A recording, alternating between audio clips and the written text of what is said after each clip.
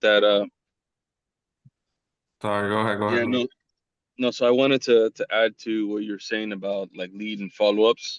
I in my database in my CRM, I currently have about um a good like maybe like 4 or 5 thousand people in there. Wow. But like but yeah, but like some of them are, online leads or like, just kind of fishing. But I want to say maybe a good about 2,000 are real people that I've connected with, I've spoken to over the past Wow. 7, 8 years, right? So Mhm. like there's follow-ups, there's campaigns to everybody, there's emails that go out periodically. And so, absolutely right. Like I mean, I haven't recalled. I can check back. I'm driving now, but like, I'm pretty sure in the past 3, 4 months, I've closed somebody that I have probably been speaking to for years, like 3, 4 years ago. You know, so Yep. it's just keeping them in a database where you remember to follow up. You put the email, you capture the information, and you put them in your system. So then they could send those emails that they always open and they delete, but then they see your face though, right? Yeah. And they see They your see name. Yeah. like they see your name, Victor. That reminds me of the David Kurz. Remember when he said, "Oh, yeah, just keep sending me emails," and then they'll keep deleting it. But the thing is, they keep saying your name, and at some point they may Yep. not delete it and call you. Right. So Thank you for sharing that. That your CRM is is impressive. Yeah, But and what I like you said, that's 8 years of following up and cleaning up your CRM and because I know you guys call your clients and you kind of like ask them questions and you leave notes and you kind of like you that's your baby basically. yeah, yeah. Remember like Tanya that we closed, right? I I mean, know. A we year sent in like later. 2 years ago, 2.5, and then that she was due Mhm. for a follow up, and I called her. I was like, "What's up?" She goes, "Oh, here." So and then she's like, "Yeah, I was thinking about this property," and then we like slowly got her back in. Yep. But let me tell you something. The first 2, 3 years, well, 2 years, first 2 years, I was in the mortgage business, right? I Mhm. did not track any of my leads. I didn't use a CRM. I was literally driving around like a chicken cut off with my Mhm. phone. And if somebody called me, I hope I'd remember to call them back, right? Like I'm human. I Yeah. just and then at some point I was like, nah, I can't do this. So then I ended up getting a Google Voice phone number, right? And I started to give that phone number out, Right. which is the llama line. And now when people call that phone number, then I could have a separate call log and I would remember like, oh, this is business. And this is not my uncle calling me or my mom calling me. Right. Then I'm Right. like, oh shoot, call this person back. So and then You keep can track tracking it all that. better. Yep. Yeah. hmm Victor, you were gonna say something? Last thing, Victor. Speaking of Victor, well, there's a controversy, but I feel like Victor helped me come up with the name, the Llama Line. I think it was him or Priscilla. I don't remember who it was. One of y'all. It was uh, me. It was me. Well, you guys are one, so you guys are one now. It was me. no, what I Kudos was to Priscilla. I'm gonna copyright it and I'm gonna charge you a monthly fee for it. Uh, no, guys, what I was just gonna add, Helen, to your point, and also Angelo's, is just, our job as real estate agents is sometimes we feel our job is to convince a consumer to buy or sell right there on the spot, or buy and sell now. And when you get your mindset, when you shift it to a mindset of, my job is to have all these people, get as many people in my either my database or in my CRM, and my job is to catch them at the right time. Follow up enough that I'm able to catch people at the right time when they're ready to transact, and have them think of me when they're ready to transact. That'll get you more results than trying to sort of force to try to convince somebody that they should buy at this exact moment when you're engaging with them. Like that lead that bought at the house that told you wanted to take a break. You did the right thing, in my opinion. You pretty much, You told Carla, hey, well, we're gonna follow up with this. Once a month, we're gonna reach out. We're gonna stay in touch. Right. Hopefully when she's ready to say, hey, I'm taking off that break, because you never know what people are going through. Also, like you just don't know what people might be going through in their personal life. Sometimes we don't even think about that. We don't think that maybe that person's going through, like, I don't know, they could be going through like a really bad breakup, or maybe a family member passed or something, and they don't want to share that with us because they don't need to share that with us. But they're going through something like that. Yeah, we're trying to push them. No, you should buy now. You should buy now. Sometimes they're going through some stuff, and then maybe that break is warranted. Um, so, that's why, just always try to go deeper with your conversations. But definitely that should be the goal in the mindset, is to try to have a lot of people around you in your cycle and then try to catch them at the right time when they're trying to buy or sell. So I just want to say that. Thank you. I'm kind of chime into that.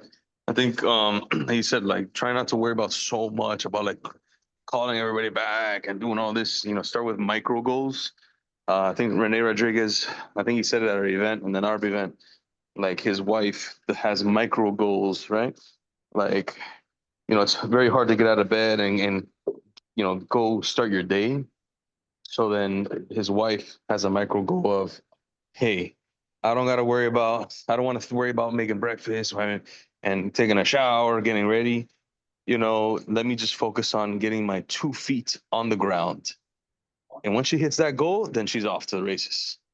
It could be that simple. Let me just add 10 people, 10, 20 people per week to my CRM or my Google Sheet, your lead tracker, wherever. And everything else will take care of itself. Micro goals, small goals. Yeah, I think that's important because sometimes we're like, oh, I want to close. Like I want, 3 closings, but it's like you'd want 3 closings, but the goal, what about door knocking? What about making cold calling? What about open houses? Like, what about an event? Like I know a lot of agents too that use like networking. They're out networking all day long, like different events, nothing to do with real estate. They just go to different um events like women empowerment or like a hobby that they do or something like that. I feel like if we just focus on like something that we enjoy to do and kind of try to lock it in with real estate, it'll make lead generation a lot easier. I know Jordan is here. Hi, Jordan. Good morning. She had a lead that she had them under contract in March. Good Hi. morning. Good morning. I'm talking about Shauna, that you had her under contract in March and she backed out of the contract and canceled, and now she's about to be under contract again after she took a break. Yes, they had some information wrong with the square footage of the home, and I think it just gave her cold feet that everything was moving too fast.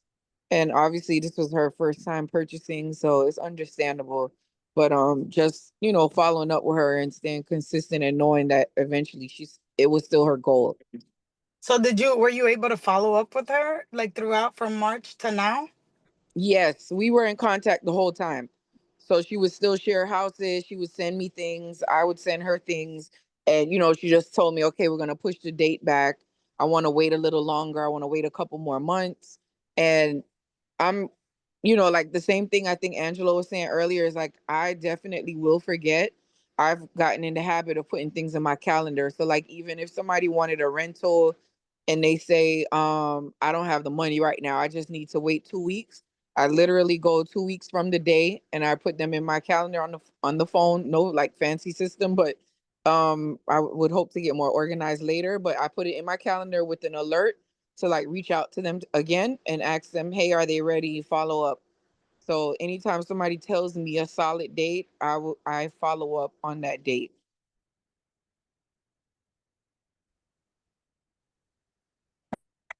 So you actually use your calendar on your phone, or is it Yeah, like a physical yeah, the calendar? calendar on the phone, the regular calendar. That you have, there's this And option it that gives you you can put like an an alert. alert? Yeah, you can choose to put an alert like two Okay, got it. weeks So you use before the alerts. event, day before, stuff like that. And you like, so when you get the alert, you do it right away, or do you just do it sometime in that day, Um, throughout the day? now that I have more availability in my schedule, I would do it right away. So like if Okay. I put it for that day, I'm gonna do it as soon as I wake up. Let's say if I was at work, I probably would call whenever I could, like maybe after work, which tends to be better for them anyways, because most times other people are not available in the middle of the Right. day. Yeah. Awesome. I know you have another client too that's getting pre-approved. So obviously something's working in your business that, now you have someone else that you're getting pre-approved with, Angelo. Yes. Awesome. Did you follow up with that lead? How did you get that lead? That was just a referral? No, that was somebody that I know personally, and it was just the timing of everything. Like I just happened to see them, and they told me, like they were looking for they were looking to purchase, and they asked me would I be able to support them with that. Amazing.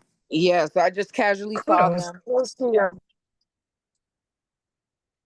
Well, you also had your license for 2 years, and you didn't give up. So I feel like the first 2 years are the hardest, and then after year two, things kind of just like like the jitters go away, and now you're like, okay, people know you as a real estate professional, and things just start moving a lot quicker. So congrats to you on your pipeline growing.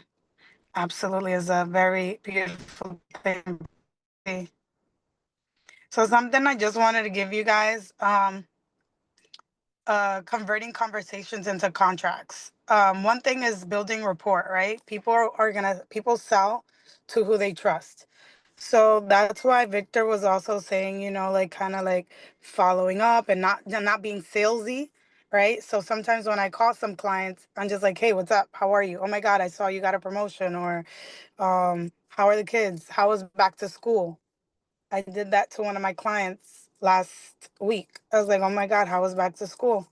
I had another client that told me that she wants to sell. I was like, "Great, let's sell." She's like, "No, I don't know. I got to talk it over because with my mom, because the problem is that um, we don't know if we're going to be able to buy something." So I don't want her to be stuck, right? I need to keep her moving because we're here to solve problems, and that was my second thing about converting conversations. We have to offer solutions, not just offers. Like, what is the solution? I have to position myself to where I'm able to solve her problem. So the problem that she's having is that I don't know if I'm going to be able to buy something nice enough with what I'm going to walk away with. They're going to walk away with, I don't know, maybe like 400K. So I told her, I'm like, we can go to Fort Lauderdale and look at properties, right? A lot of buyers, a lot of sellers, that's their main issue right now, that they don't know where they're going to end. They don't know where they're going to end up. They don't know what that looks like, right? And if they don't know where that looks like, they're not moving. So I told her, let's go ahead and look at houses. And they feel bad because they're like, well, I don't want to waste your time. I'm like, you're not wasting my time. I need you to see what's in the market. And it's not the same thing as, you sending a client listings. They have to actually see like it's different when you go and you see the neighborhood, and you see how far it is, what's the distance, what's the neighborhood like, and what can 400K get me. So I felt like she was stuck, and I was like, you know what? Go ahead. Let's go ahead and schedule showings. I was like, let's just go see 3 houses next week. And she's like, all right, let me talk to my mom about it.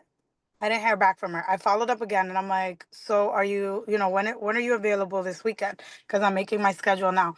And she's like, oh, I think Sunday. No, I told her, can we go this Sunday? And she said, no, let's go next Sunday. And I was like, perfect. It's a date. So it's just something as simple as that, as kind of like taking control, because we are the real estate experts and professionals, and we can't expect them to take control and take lead. Like, that's something that we have to do for our clients. Does Yeah, anybody? I want to add to that.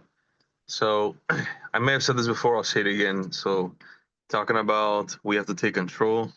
So when a real estate agent or anybody says, "Hey, I have a lead for you. There's this person da da da da da that wants to buy." All right, cool, great. Listen, tell them that Angelo and his team will be calling you right? So that what that means is that you guys are giving the phone number to me, and I'm calling, right? I'm playing offense attack, because what happens is that if you say, this is just for in general, like a referral to any other referral partner. Oh, this is their phone number. Go ahead and give them a call. All right. Good luck, right? People are busy. They don't know what's good for them. We're professionals in the real estate business. We know, we want to educate them on all their options. But sometimes if you leave it to their hands where, they need to pick up the phone and call us, sometimes they don't do that. And it's not that they don't really want it. It's just that they just forget and they put it on the back burner. But by us taking control and playing offense and attacking, it just calls for a higher conversion rate. So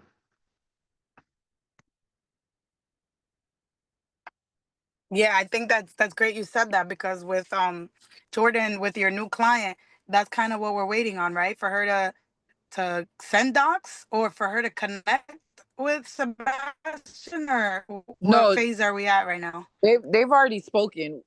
Any delay was usually when they have to upload documents. So I've Right, the always docs. done that it, system of I provide the client's information to Angelo, because yeah, I agree. It's like they're gonna wait, they're not gonna do it. So I give their phone number and email and have them reach out to the client. And another thing I Okay. want to guys, is like one of the great things about at least passing on that lead information to Angelo is that even if or you drop the ball in the follow up, Angelo usually will pick it up. So Angelo's team calls. I've had leads that like I forgot about. I got a text the other day about a lead from like 2 years ago that I was like, oh man, I hadn't follow up with that lead. And he's following up, he's making calls, he's reaching out, seeing if they're ready to purchase or ready to get pre-approved. So that's another great thing about it, is just so usually whenever you get that lead and they're interested, just pass them on to Angelo as soon as you can, because they'll follow through for a very long time, so that also helps.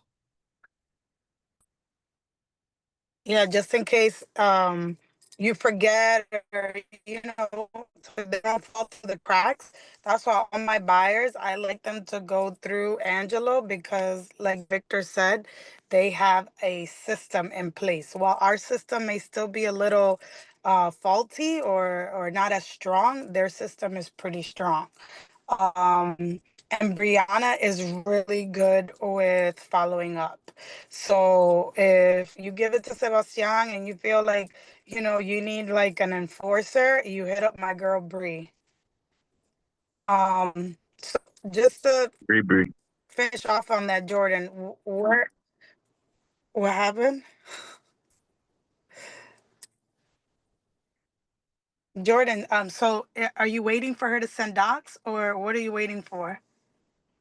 I believe so. I haven't got the next update yet, but Angelo was able to speak with the client, and they were submitting their paperwork. I believe that's the stage we're on now.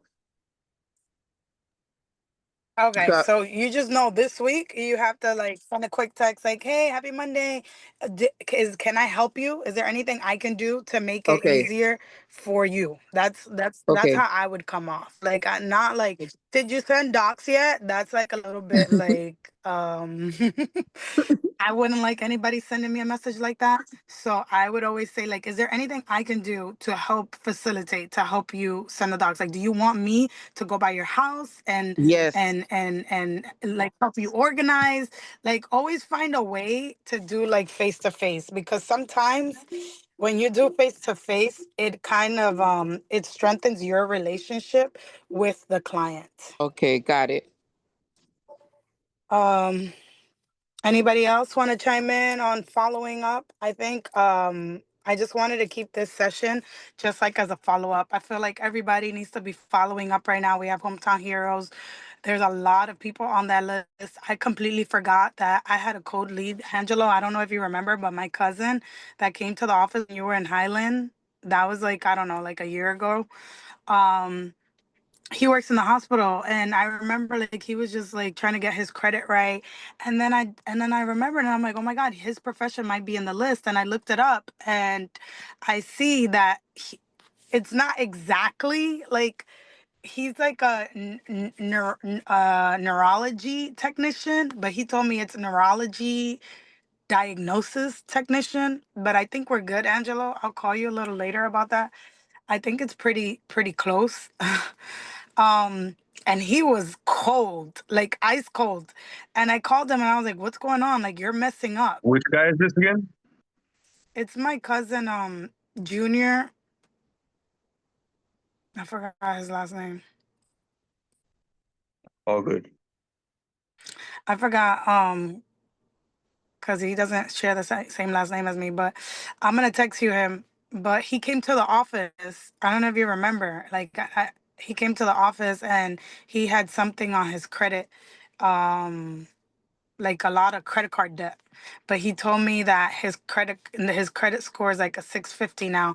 But it just hit me. I'm like, hometown heroes. Like we need to be like, this is the perfect way to follow up. Like, do you not want, like, this is like free money, like, and nobody is giving free money right now. It's not free. I know you have to pay it back if you sell the house, but you don't need to pay it at closing.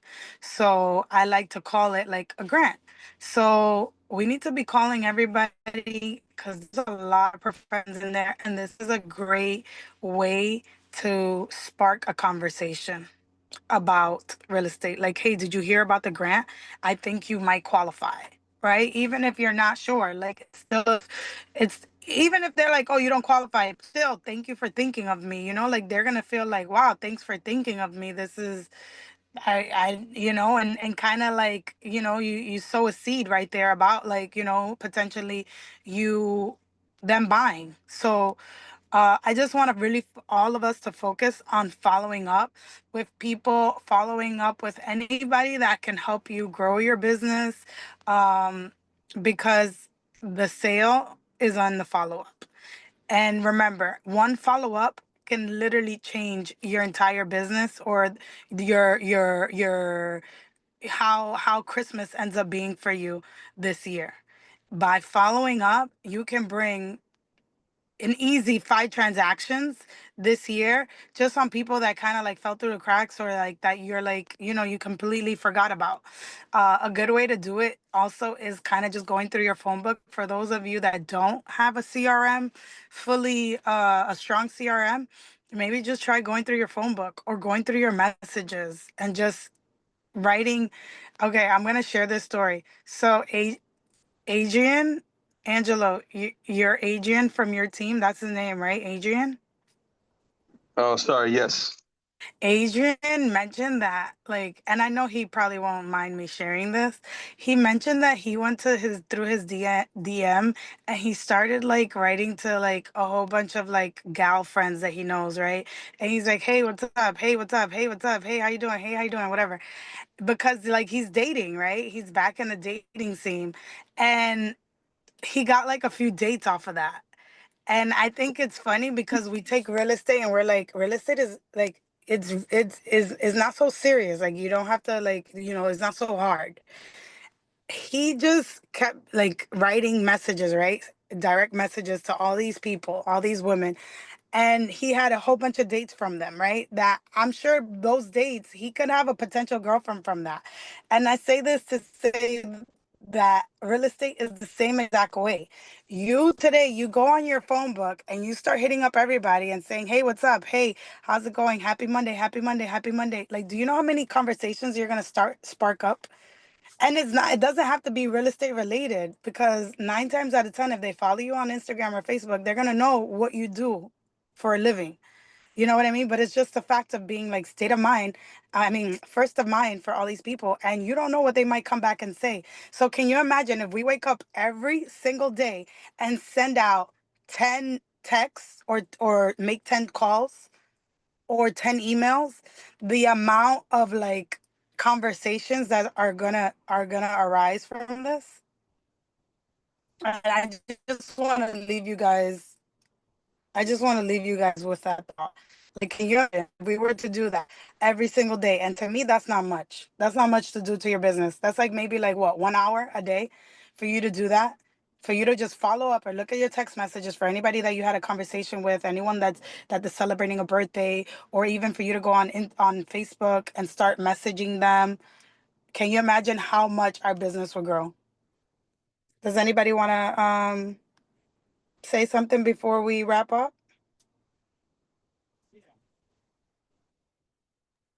I was gonna say, you just said it right at the end there. I was thinking, like, I remember through Facebook, there's like a way to look at birthdays. And you can see like who's had a birthday in the last couple days and who's got upcoming birthdays. So on your Facebook, that's a great opportunity to just kind of reach out, say, hey, happy birthday. I see, see what you're doing. Just look at their profile, see what they've been up to, or if it's somebody you know closely. I would add on just more than just a happy birthday. I would say, hey, happy birthday. I saw that trip you took. That looked amazing. I'm glad to see you're doing great, man. Something like that, something along those lines. And I think that goes a long way, and see how they respond. And that's a great way to also just, stay on top in front of people.